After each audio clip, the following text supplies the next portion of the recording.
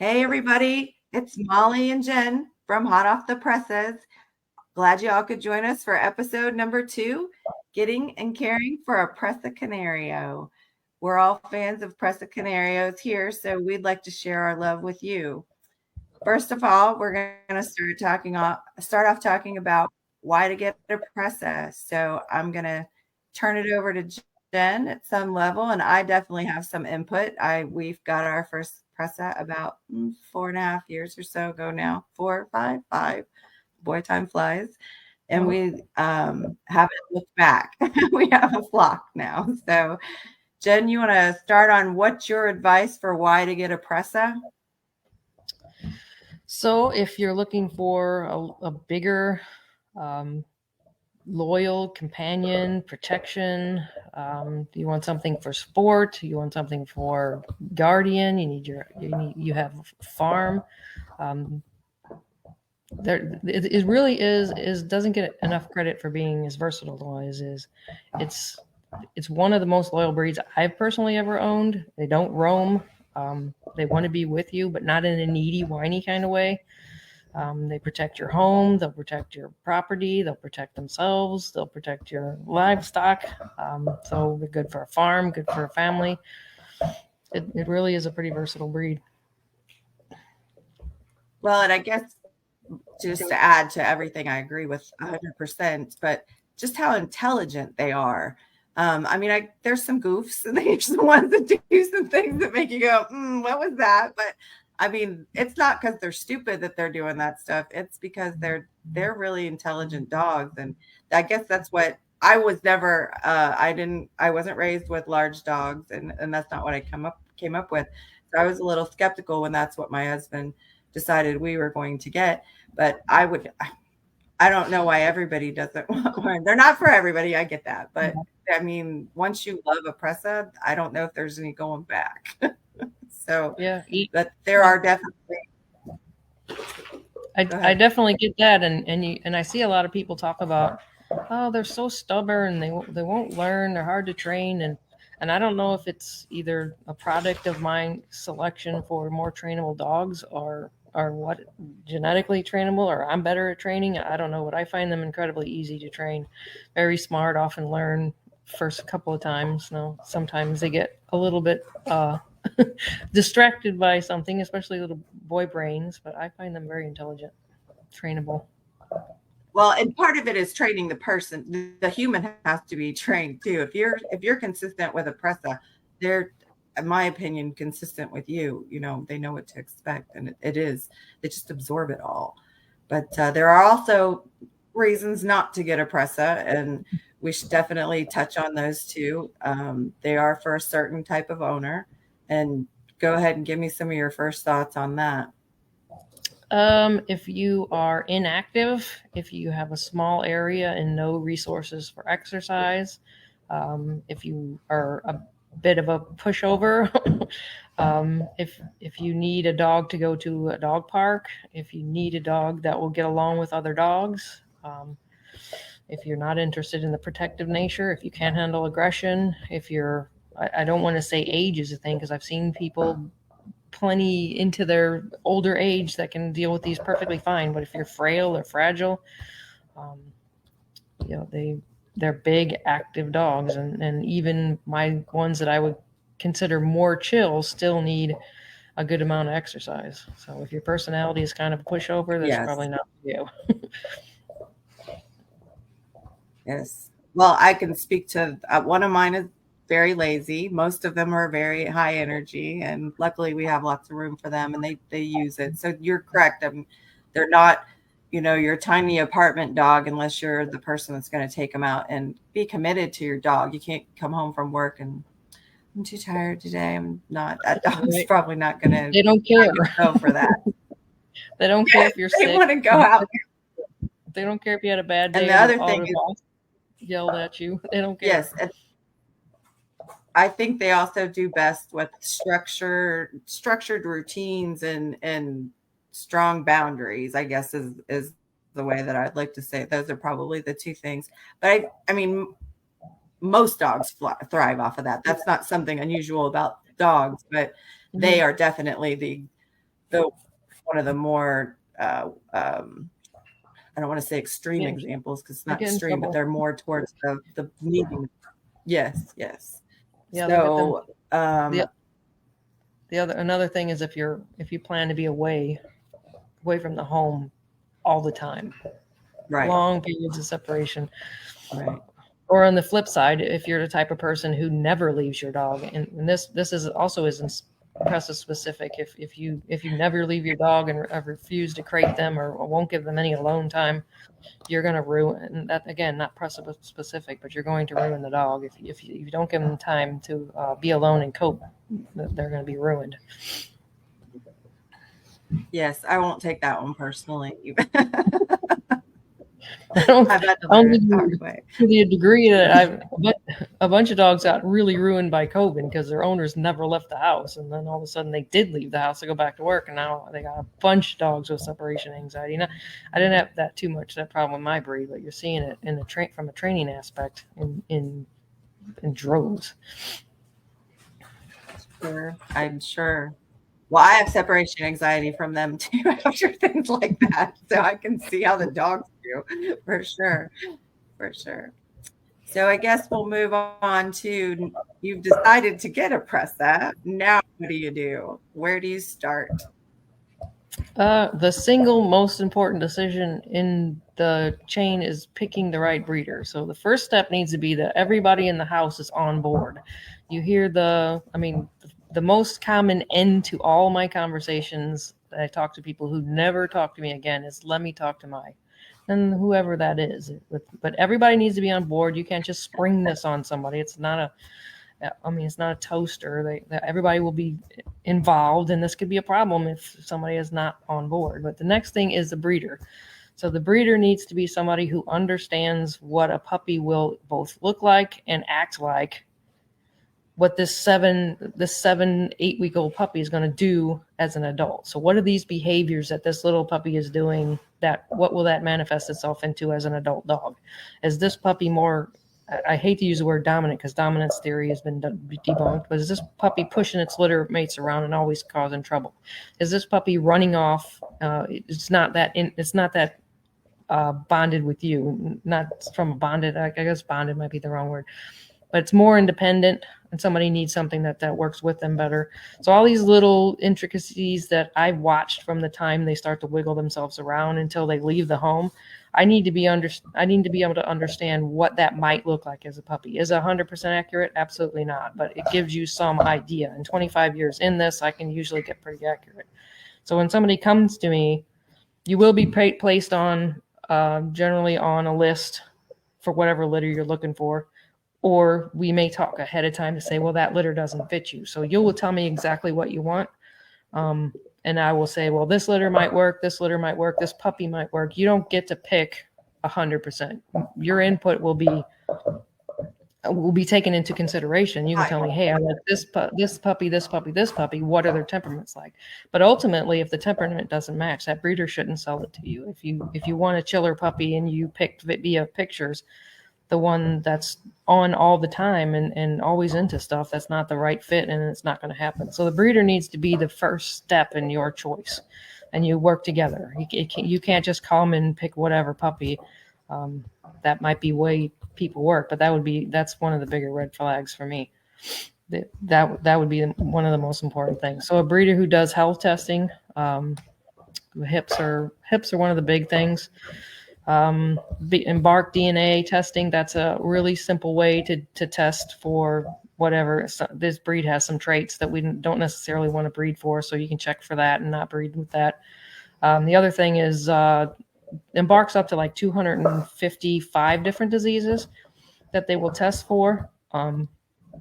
But keep in mind when we talk about Embark and their DNA test, not all of these tests that they test for are complete in penetrance. They're incomplete penetrance, meaning they don't affect all breeds. So if we look at a summary of a dog that I got, I pulled from a friend's dog who had the most things that I knew of, so I asked them to send it to me. They a summary of results. So this dog carries one copy of these three things. that's a summary of everything it copies. You can see the only thing that's relative to Presa is the first one. That's a high disease. The other ones list a few of the other breeds that they're affected with, not necessarily Presa. If you go to the second photo, it shows once we click on breed relevant, then that will now get rid of those other things, and it shows you CMR1 is the only thing that this dog has that's relevant.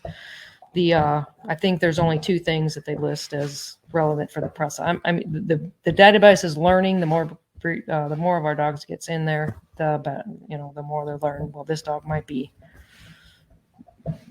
might be affected with other things. Right now, this is all they have. So when you look at somebody's DNA, if they're going to share it with you as a breeder, which they should be willing to do, then you will click on the summary and say, hey, this is what the dog carries, keeping in mind that carrying a disease is not a disease of dog. A dog has to have 2 copies in order to be affected. So both parents would have to contribute to that. So a single carrier is of no consequence because it isn't diseased. It can't pass disease. It's only something to think about as from a breeding standpoint. We just don't breed 2 carriers together of diseases that are relevant to our breed. So next one is alt activity. A lot of Presas carry that. That's just that's nothing to be concerned with at all. It's just information for your vet. So for instance, I have a normal low blood pressure. It's just my normal. It's my baseline. I'm not diseased because of it. I don't have low blood pressure as a disease. It's just where my baseline is. So my doctor needs to know that, because if I come in there with a low blood pressure, that would be normal. If I came in there with a normal blood pressure, that might indicate my blood pressure is actually elevated. It's the same with this. Alt activity is a liver function test. If you press a button, and so it just shows that this alt activity level might be a normally low result or a normally high result. So if it's normally high or normally low and it comes in at a normal range, that might indicate it's actually high. So it's just info for the vet. So a lot of people are claiming that you shouldn't breed dogs with this, which is utterly ridiculous. So stop. Clear results. This just shows breed. Just nudged my hand. Breed relevant results. The life of a person owner. This dog is clear. Breed relevant results, and she's also clear of every other thing they tested for. This is my first dog that I tested. They were only doing 183 tests. Now they do 255. Okay, that's more than I wanted to go into on that. I just wanted to show you how to read. Embark if your breeder will share that with you. Okay, and then the other thing was not to be so shocked about a carrier is nothing to be shocked about, and all of these tests are not relevant to our breed. That's all I wanted to get out there. Go ahead. Okay, I have questions. Okay, so basically, on the first slide, you're telling us that there's all kinds of things that are tested. I'm just summarizing. All kinds of things that are tested, and some things affect Presa Canario as a specific breed, and some things just don't. And then with this all activity one, you would want to tell your vet about this situation if your dog was having a health issue. Is that what you're getting at? Yes. So my vets have been unimpressed with the DNA stuff, so they're not even open to hearing it. So if your vet is interested in having it, then you can send it to them. Now, if you get say this is a low normal result and you get a normal alt value or a slightly elevated alt value, I would tell your vet, say, hey, he normally runs low, so this might be indication of a problem. Just advocate for your vet, advocate for your dog. That's something to just keep in mind. But this is on a total different page than the carriers of disease. Go ahead. So then tell me something, though, that would alarm you. If I was a person that was buying from a breeder and they sent me a DNA test, what on there should alarm me or make me not proceed forward? Being a double carrier, giant red flag. A breed relevant result to where the dog is carries both copies. If he carries both copies of CMR1, for instance, that's an affected dog. The dog could have CMR1. That's a eye disease. Okay. And is there something in presses that you would say probably pops up the most, or you can't speculate? Breed affected stuff or all of it? Yeah. I mean, I I don't know. guess all of it, but breed affected would be Oh, interesting. DM pops up a lot. DM's like a German And that's Shepherd, Boxer, that kind of affects those breeds pretty heavily. So far, there's never been a provable case of Presa having DM. There's some people who squawk what's about it, but DM. not a single dilated cardio, my dilated myopathy. I don't. Okay. I'm I gonna need know some it, but more. it left. I think it's dilated myopathy or something like that. It's technical. But what is it? It's like Lou Gehrig's disease in dogs. Neurological. Okay. I think we okay. It's Okay. one of So if things that it may or may not affect it. Right now, there's not been any evidence that it affects our breed. And a plus, yeah, let's move on to while we're talking about testing, we could talk about hip testing. yeah. Hip testing, OFA is done at 2 years old, and it's a public database. Pen hip can be done at 4 months. I don't typically do it that young. But breeders should be willing to share those results with you. All this stuff can be uploaded to OFA. I just started putting some stuff up there. I don't have majority of my stuff is not even listed up there. I don't even like OFA, but it's really the only option for elbows. So I use pen hip for hips and OFA for elbows. I'm going back and doing elbows. I haven't done them 100% yet. But and a breeder should be willing, shouldn't say, hey, you got to put a deposit down before you can see my health results. They should be readily willing to send you the results of the dogs you want a puppy out of without no hesitation. There's absolutely no reason to gatekeep that. None. So walk me through like so I call you, we talk, I let you know what my household is like and what I'm looking for and wanting in a pet or a working dog or whatever it is. And you come to terms on, which one, a puppy that would be good for us. And now what can I expect in the process? I'm just, and my husband's actually the one who did this, so I don't actually know the answer. Right. So I personally have a contract. I recommend you don't buy from a breeder who doesn't have a contract that protects you, them, and the puppy. So you would fill that out, a deposit. I take a deposit because that's the only thing that really shows me a full commitment. People say they want 100 people a week say they want a puppy, and 4 or 5 of them actually do want a puppy. So contract, and then once you get on the list, I start sending out pictures and video updates. Then at 5 to 6 weeks, well, usually closer to 6, 7 weeks, I get individual photos, and that's when the pick starts. So it's a little different than some people will let you pick your puppy right from day one, and that doesn't allow me to help you pick the right temperament or the structure. I can't see. I mean, ideally, we'd love to have all these puppies be show quality, perfect structure, working temperaments. But the reality of it is the top 3 or 4 puppies are going to be that quality, and then the rest of them will be lesser so.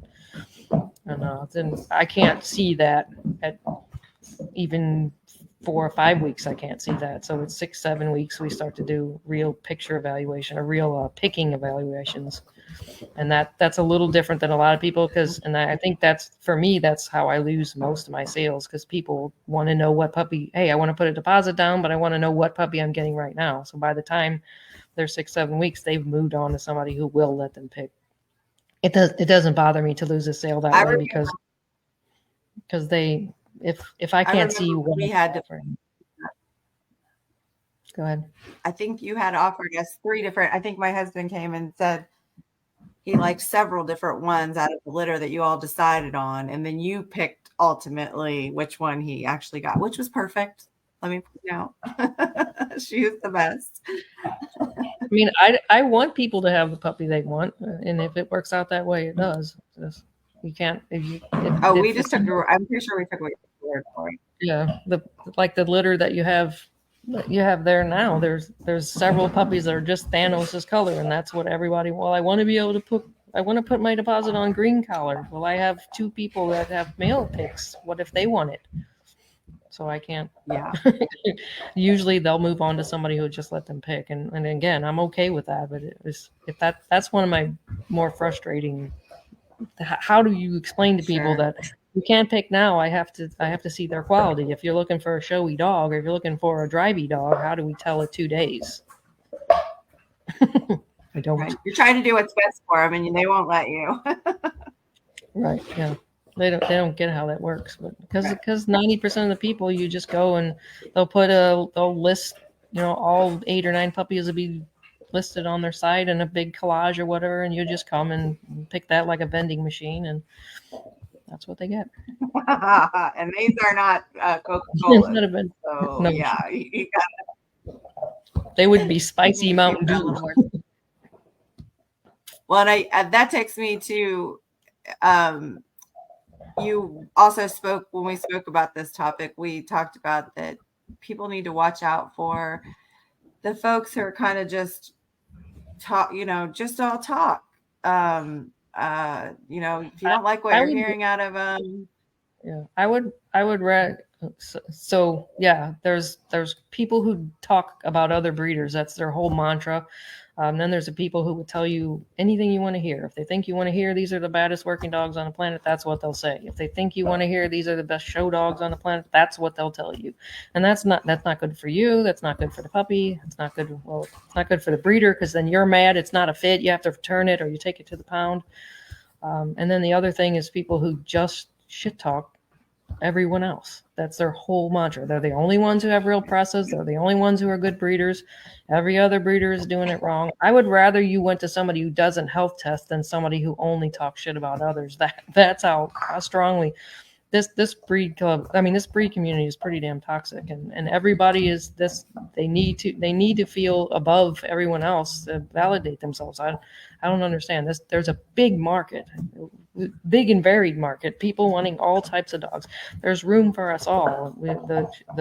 We should lift each other up and support each other. But it's really if you right. call. But I You think call one of the things we talked about when we started on this episode was just that we hoped that the outcome of this one would be that there were people who realized there are breeders out there that are really good, and there's breeders out there that are not the right breeders that they need to move on from and get to the right ones, and the ones that are in it for the health and the advancement and the standard of the breed, and putting good dogs with good people, kind of thing. So hopefully this will help some folks understand the difference between what they should be expecting from their breeders and a Presa and such versus what they're finding when they call the first few or something like that they yeah. get a hold of, that's not that's not the only option out there. You want to go to the right person, especially with a dog like this, because I know you are always there to consult with any of your adoptees. You are supportive and try to give advice, based off the 25 years that you've been in it, and which is, I've said before and I'll say again many times, that it's so valuable to us. And you do have things official in the contracts, and you can send the health testing and the hip testing and such when people request it. And I will point out that you microchip all of your dogs. And I don't know if people understand this process, but in your contract, and you should expect this from your breeder, even if it's not Jen that you go through, but that these dogs are tracked. She doesn't just cast these dogs out into the world. She sends them with you. You've signed a contract. If you can't keep the dog, if there's a problem with the dog, she has detail in there about what happens to the dog. You don't just take it to the pound. You don't just give it away. Jen knows what happens to her dogs. She called me one day and said, "Where's Uncle Morty?" And I said, "What are you talking about him? She better be in her kennel." And I was in the hospital, I think, somewhere an hour and a half from my house. And I'm like, "What are you talking about?" And she says, "I just got a call that it's in a kennel, like it had gotten picked up." Shelter. And Yeah. Shelter. not a kennel, a shelter. but she calls. It was in California. I live in Missouri. It was in California. And it was not our dog. There was a mistake made. But that's how They she had, was on me right now. Where's the yeah, dog? they had So, written the microchip down wrong, and it was a couple numbers off of her microchip. And I was like, "There's no way this dog is not in their kennel." But it was literally they when a dog ends up in a rescue or a shelter, it's the law that they contact the person on the microchip, and I will stay on the microchip with the owner. We're both on there, and it's right there in the contract. If I've had people argue with me about that, I'm not going to bend about that. I'm going to stay on the microchip. If you don't like that, I'm not mad at you. You shouldn't be mad at me. There's 2,500 other breeders who don't microchip at all. If your breeder doesn't microchip, don't buy from them. That's another deal breaker for me. Right. And to breed the puppies to come back to me, but it's easy. It's not hard. I'm not here to take your dog. So if I microchip, it's to get it back to you. And I'm not here to just sell you a dog and you go away. I want to be part of it. I want to see updates. If you need anything, call me. I'm not going to be on your butt. I don't bother people. There's obviously some people who don't stay in communication, but I still know where the dog is. Mostly. And I think that's important. People need to know that they've got to have an open and honest relationship with their breeder for them to thrive with the dog and for the dog to thrive too. So hopefully this will give some folks some guidance on what they should be expecting. One of the other things that we talked about was being involved some way. I was involved in the actual breed club for 15 years. I've walked away from that for reasons most people know. But I still do. I still to this.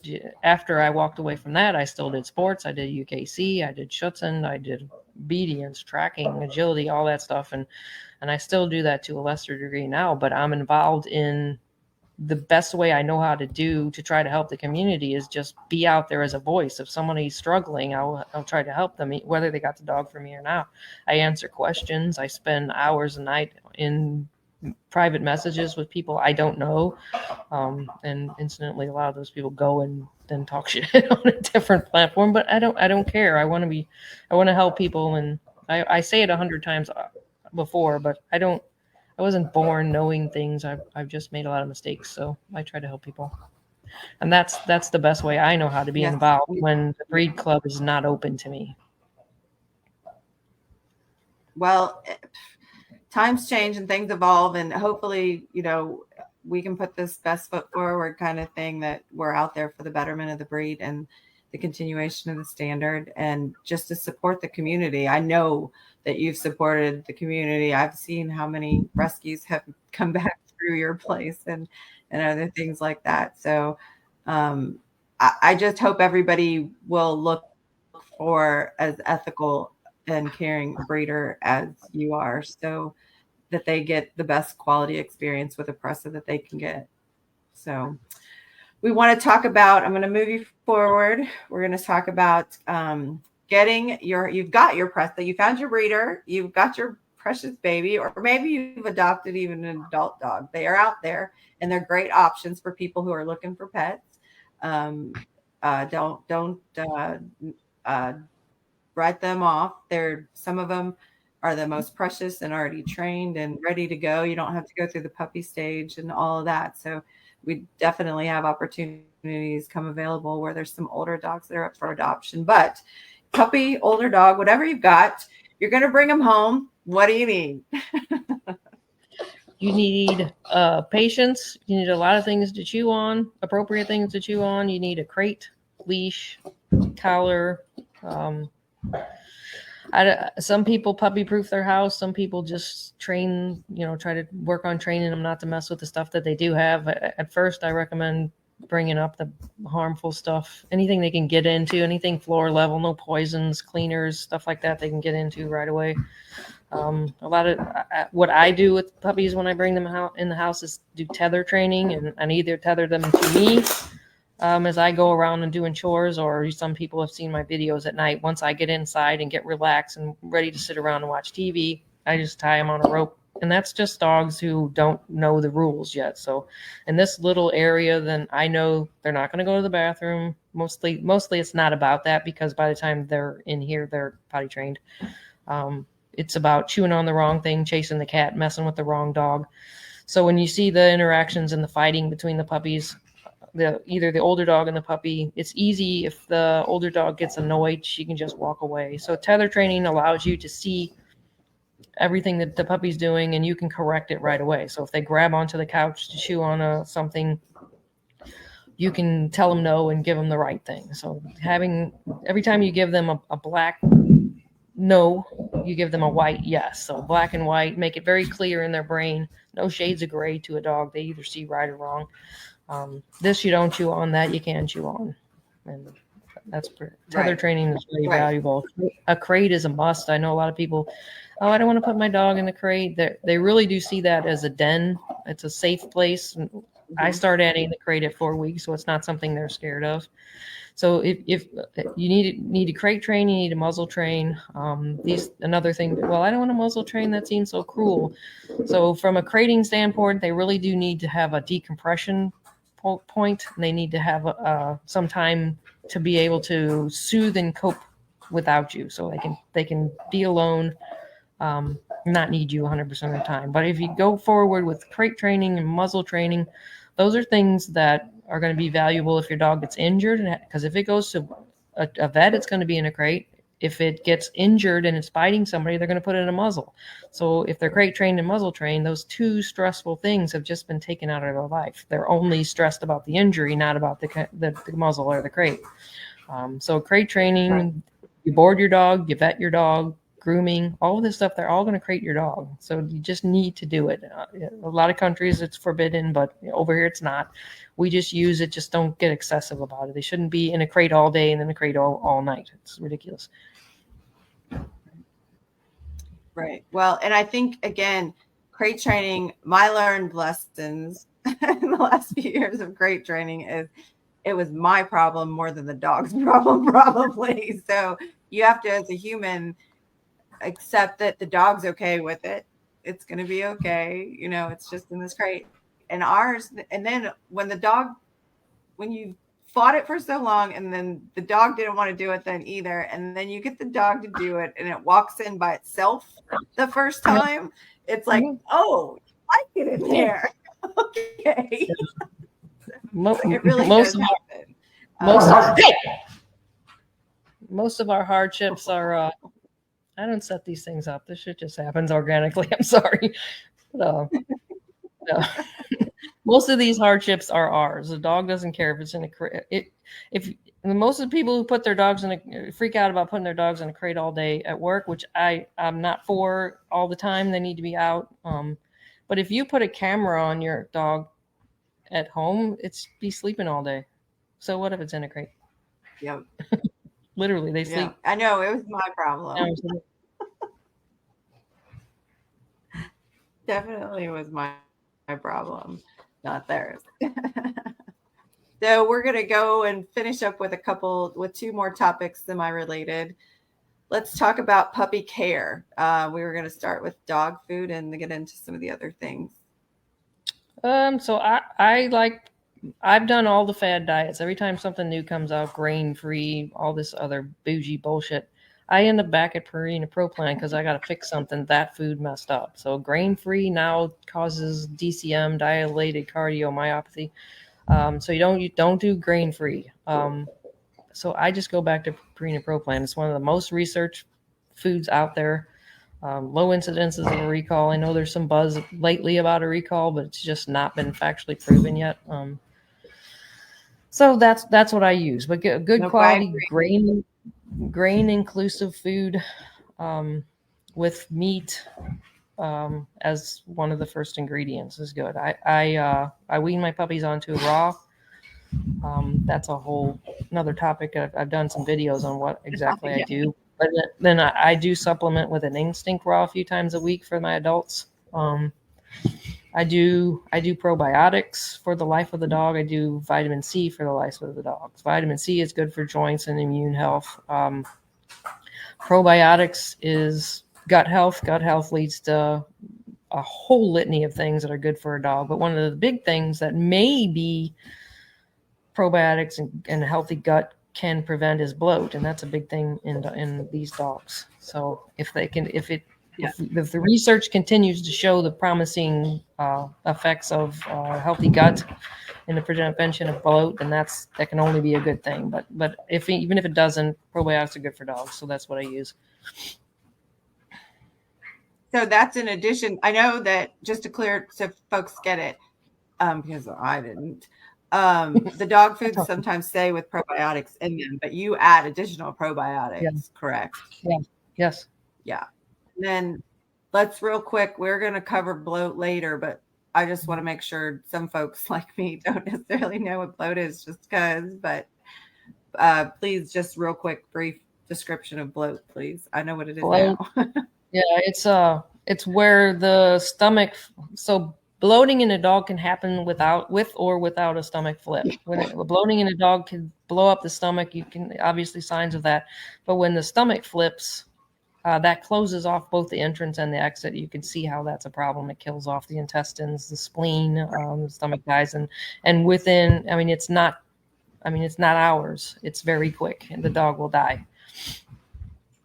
And that is a litany of that's a bigger breed problem. It can correct? it's more prevalent.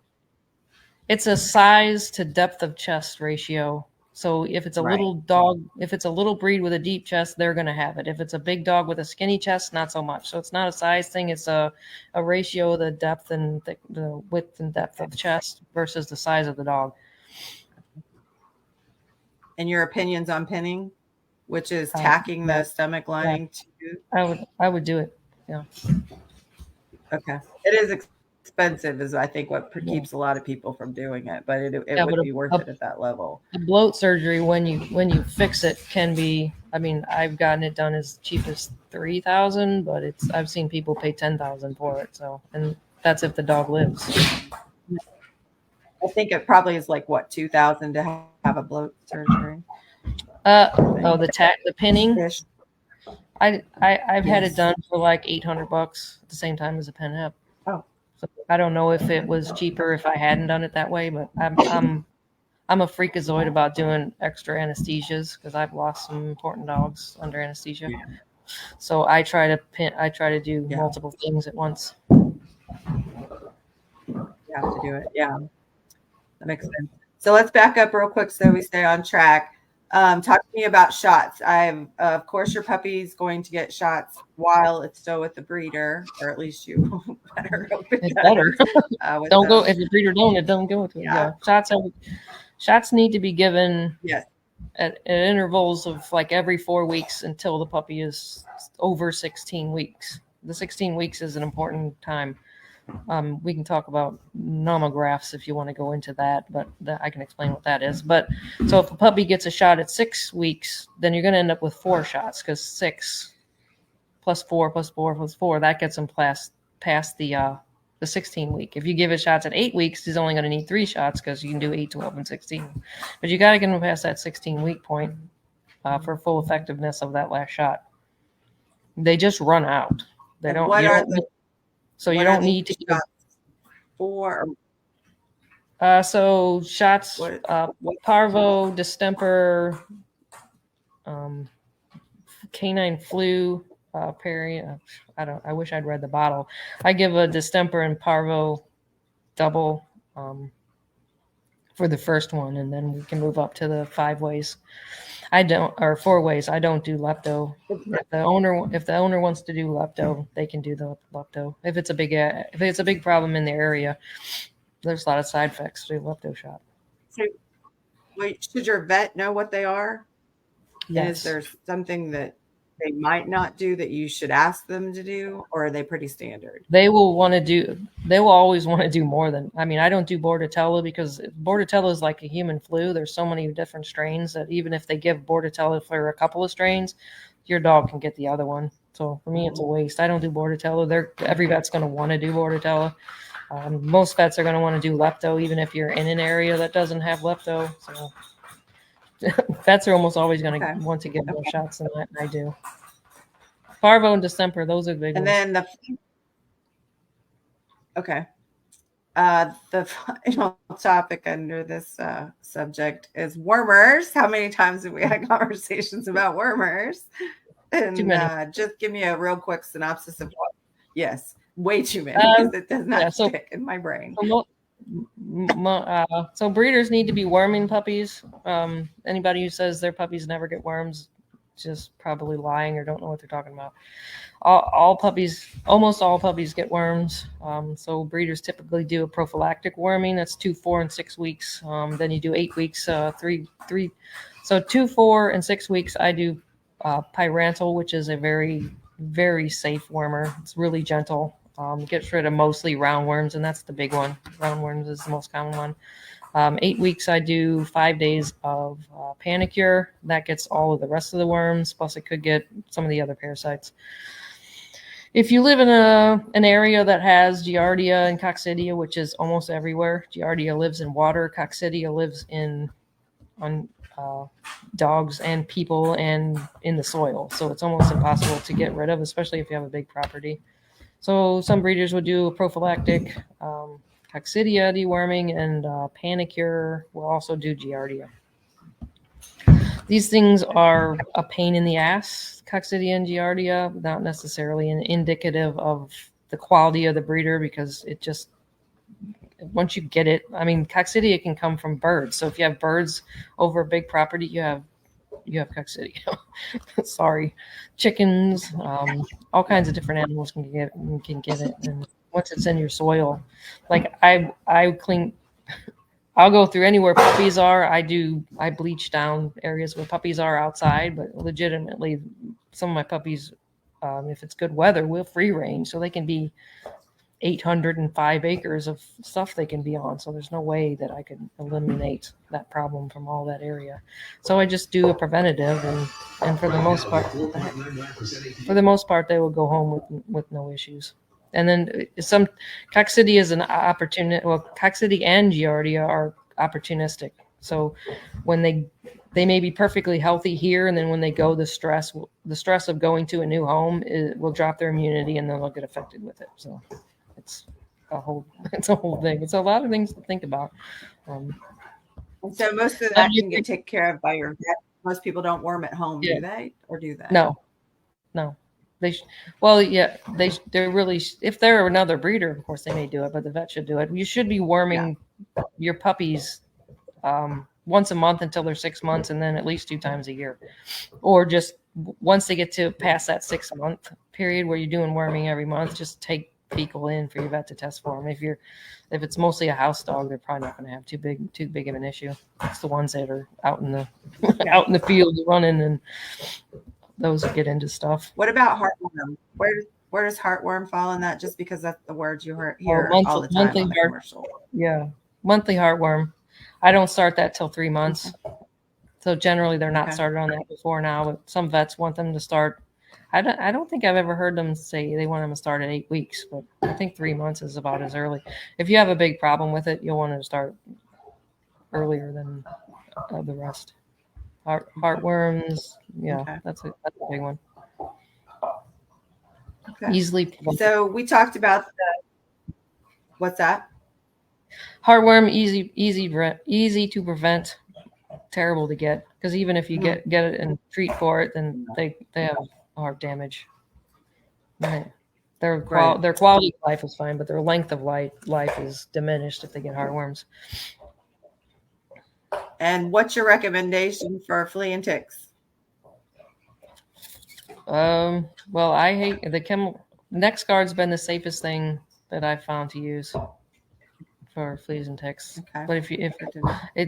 But you have to take into account that I'm a breeder, so I have to worry about reproductive issues with some of them. That's one of the most common things with a lot of these, like Bravecto, Comfortus.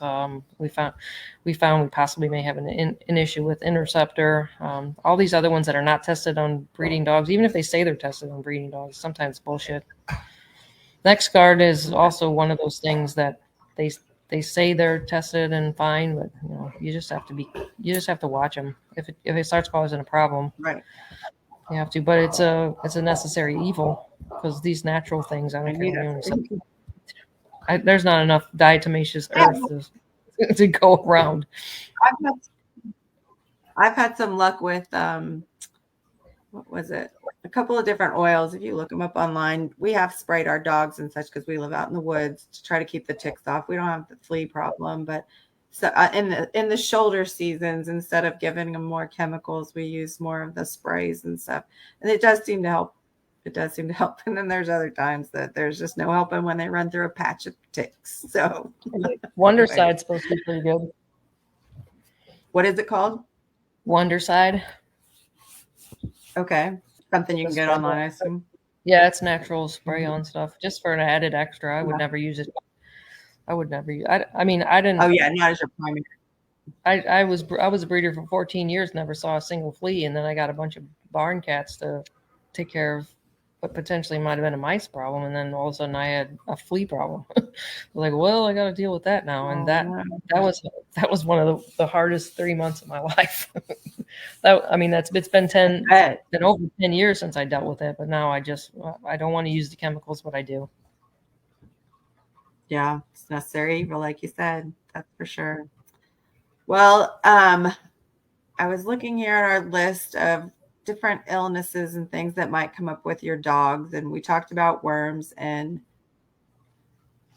coccidia. Did we talk about coccidia? Yeah, coccidia, yeah, just common parasites. Right. Okay, and there's medicines to treat most of that stuff, so you just need to get a hold of your vet type of thing when you get into those, right? Mm-hmm. Okay.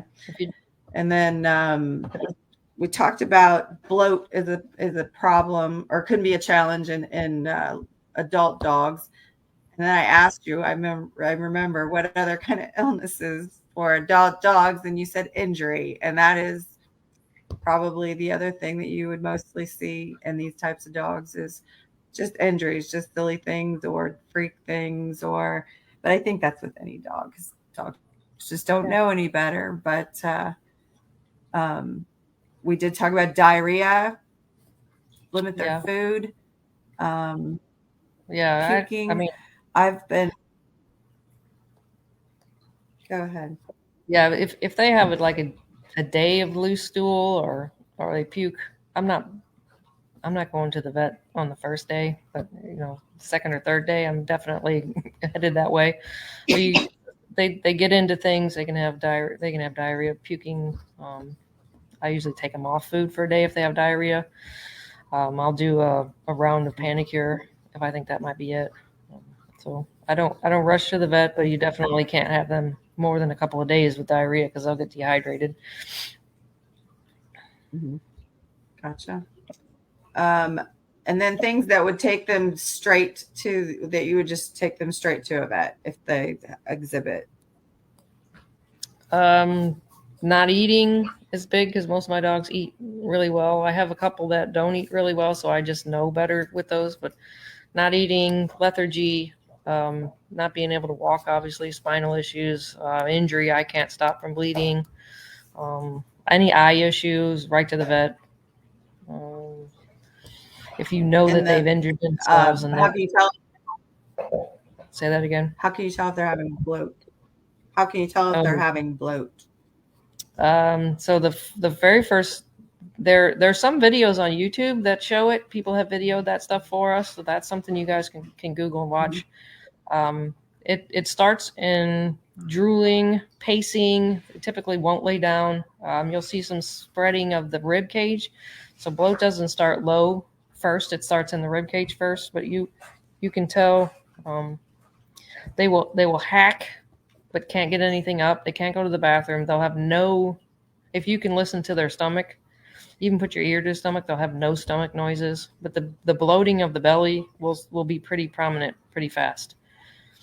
It starts in the rib cage, and the rib cage will swell, but then you'll start to see it in the lower belly because there's just nowhere else for it to go. Now there are bloat kits. If you're good enough, you can also YouTube how to use those. First thing, the first sign of any kind of a bloating, you can give them Gas X, and that can sometimes stop the flip.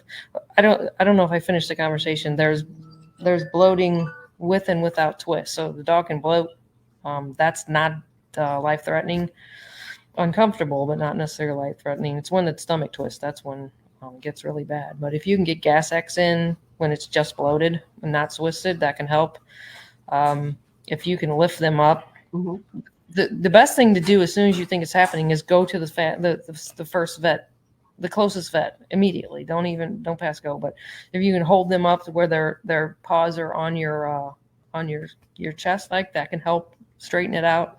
But the best thing is the faster they get to the vet, the faster their prognosis is, because everything, when that stomach flips, everything in there is dying. So how long can an organ without oxygen, without blood live? Not 2 hours. Okay.